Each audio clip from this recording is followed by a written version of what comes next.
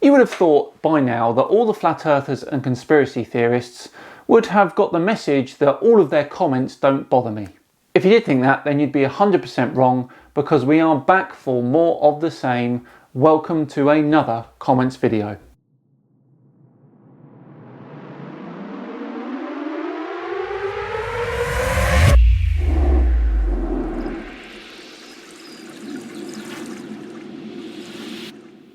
Hello all and welcome along to another comments video with me, Simon Dan. Thank you very much for joining me. Yes, we are back with more vitriol today as we throw the basketball of opinion from way downtown and swish the net of debate that is the Simon Dan comments section. I'm going to start with a note of sadness today. I'm afraid that Frank's Corner will no longer be a part of these videos. He unfortunately crossed a line in his emails that was borderline criminal, so he is now blocked. Right then, let's start today with a comment from P6 who says, "Dude, when you wake up, if you ever do, I feel for you, for this can never be erased, like your shame." Okay, well, if you're talking about a video of mine, it actually can be erased, but hey ho. Moving along, next up we have Blake Cotter. What do you have to say, Blake? "With all due respect, I feel like you are the type of guy to close the fridge door with your hip." And what has that got to do with anything? Besides, so what if I am? Mark Gillock up next, who says, "Welcome to another episode of an unqualified nerd and all his triggered fanboys who suffer from cognitive dissonance." Oof, tough one. One of the beautiful things about being honest is you don't have to keep track of all the lies you may have told. I have always from day one explained I don't have a degree. I'm partway through an Open University one, but yet to complete it. I have A-levels and I read a lot. And that is what I've always said. And the cognitive dissonance comment is just pure irony. Okay, who do we have next? Liam Unruly. Away you go, Liam. "Poor pseudo-scientific person Daniel. Lol. He really is horribly mentally, spiritually and physically broken. He's a tragic, desperately failing shipwreck of a man, a crusty piece of human flotsam drifting in an ocean of diseased pseudoscience sewage. How long before he will to exist just caves in? He can't live without his supersonically spinning comet Earth religion. Without it, he has nothing to live for. This is what happens when you join insane religious cults and pledge them your entire soul that you have literally no other meaning to your existence. Truly pitiful. Of course, I don't mean to put the boot into anyone when they're down, and of course I pity him, but at the same time he deserves everything that he's brought upon himself. Truly one of life's epic losers. What a shame." Wow, Liam, that is a scathing assessment, isn't it? Good job I don't give a monkey's what you think. I have a healthy, happy, wonderful family, a roof over my head and a passion. I've got everything to live for. Next up is Arksy Parksy, and they have this to say. "Hey Simon Dan, there's nothing sci about you, but I noticed that your eyes are too close to each other, and science has proven that eyes which are disproportionately close to each other signifies a low IQ, and every claim that such people still carry the prehistoric gene within them. No wonder you spend so much time indoors taking the piss out of people." Well, guess what? I've actually had my DNA tested, and I can confirm that I've got just under 2% Neanderthal DNA. But guess what? So has most of the world's population. The next to have their say is James Hanna. It's a long comment, so bear with me. "Dude, I'm sick of your bullshit. Why?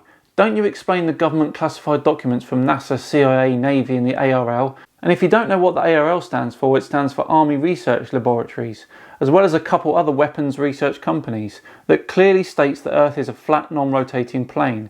Let me tell you the truth, which I think you already know. All the information you give is manipulated bullshit and falsified truths to the facts of the plane we all live on, and you know this. I can see it written all over your dumbass face.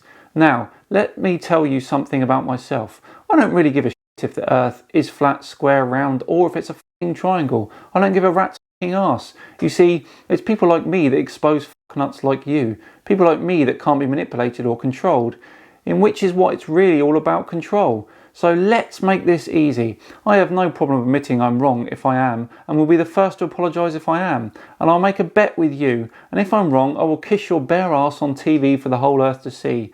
And that bet is if you can get in an airplane and fly in one direction and come back to the point from which you took off, or even come within 100 miles without changing your heading, I'll kiss your bare ass on TV easy enough. And that should not be a problem on a sphere ball earth. People, if you want to see some videos of these classified documents, look up Rob Taylor FE, Classified Document Docs on YouTube. Thanks and have a good day. Come on, Dan the Science Man. I got my lipstick with waiting, you piece of lying shit. Or as you put it, when flat earthers attack, lol, go f*** yourself. James, I'm sure you're aware that there's currently no planes in existence that can do that journey in one entire trip. However, you can fly from the UK to Colombia, and then from Colombia to New Zealand, and then New Zealand back to UK, and the whole time you'd have been on pretty much the same heading. So, pucker up. Dear oh dear. Right, next up we've got some comments based on the video I made called The 5 Things That Flat Earthers Can't Explain. One of my subscribers got into a conversation with a flat earther over on Nathan Thompson's official Flat Earth and Globe discussion group on Facebook. Basically, the flat earther said that he could easily answer all 5 of my questions. I was intrigued, so I had a look. I will play my questions and then the flat earther's answers immediately afterwards. Here we go. A full explanation please guys for not only how the process occurs, but what exactly is causing the shadow on the moon and why does it turn red? Question number 1. Nobody on Earth in any area of science or mathematics can tell us how or why an eclipse happens. How can all flat earthers tell things that nobody truly knows? So you can't explain it. Gotcha. Or even a simple explanation as to why the Pacific Ocean and the Atlantic Ocean do not sit at the same level either. All of that explained with one theory would be lovely, please, flat earthers. Thank you. Question number 2. Again, we don't know what truly causes the tides to occur. We can speculate about it is all. Again, you didn't explain it.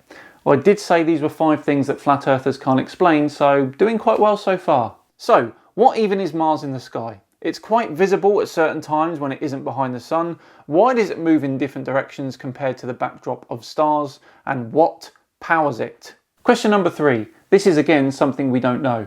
Okay, not putting up a very good cause for the flat earth here, are we? So, how does the sun generate heat? Where does that energy come from? And how is it propagated? Number 4. We again don't know how the sun generates heat or what it is made out of. We don't know what's in the core of it either. Speculation science again. No test by any scientist can show these things factually. So, just to clarify, you don't know the answer to any of my questions. Brilliant. Think about that one for a minute, flat earthers.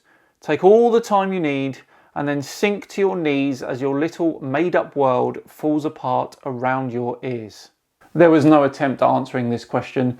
I wonder why. Okay, next up we have JB, who says, sad man cringe at the sponsored bits. Jesus, have some respect. Another play on my name there. Bit of a poor one to be honest. And jealousy is an ugly emotion, isn't it? Who do we have next? It's Mark Gillock again. Away you go, Mark. Again, you have debunked nothing in this video. You are looking more ridiculous with your other people's excuses. You are losing the battle, Dan. Hashtag the Great Awakening. Losing the battle. Right, I see. Sure. Hashtag deluded. Next up we have good old Dean Wright. Away you go, Dean. Again, Simon Dan is assuming this journey to the centre of the Earth. Firstly, no one has ever been to the centre of the Earth. The deepest drilling mankind has ever managed is 8 kilometres down, and that was drilled in Siberia in the Kola Peninsula. So again, Simon Dan is telling you fairy stories based on lies and assumptions. Yet again, Dan, you have been caught telling lies yet again. What a sad man, Dan, you are. Dean clearly didn't watch the video where I said that exact thing about the super deep borehole. If you're going to criticise a video, Dean, at least have the decency to watch all of it first. Okay, next up we have Joseph Boyett. What do you have to say? This guy couldn't utterly ruin Britney Spears. Charming. I'm sure you've got the ability to do that though. Perhaps we can get some decency from Lewis Collins. 300k brain dead. Clearly not. Lewis, you might not want to insult that many people in one go. Next up to comment is Grassfitters UK, who says, where'd you get your fairy tales from, Simon Dan? You really are the biggest prick on the internet, Chief. I don't actually think you believe what you spout. You seem quite an intelligent bloke. I mean, Gravity, the biggest load of arse diarrhea. I would love you to answer some questions on it. Arse diarrhea? I didn't know there was anything other than arse diarrhea. Also, learn how to spell it. I actually checked this guy's channel out. The Grassfitters UK logo intrigued me. Turns out, he makes music videos and he thinks he's dropping albums left, right and centre. Next up is Teal Negras Dyson, who says, "You're nothing but a government-sponsored, low-budget puppet simply regurgitating what your authority figures tell you to say and think. You're a pathetic small man." How many times? I'm 6'3". I am not small. Sprocket up next. Go on then, Sprocket. Lol, this is what Dan does when he's bored, like a little boy in his hockey cards, fantasising about players. I guess that's where the salt comes from, thinking about people you can't stand all day. LMFAO, what a roach.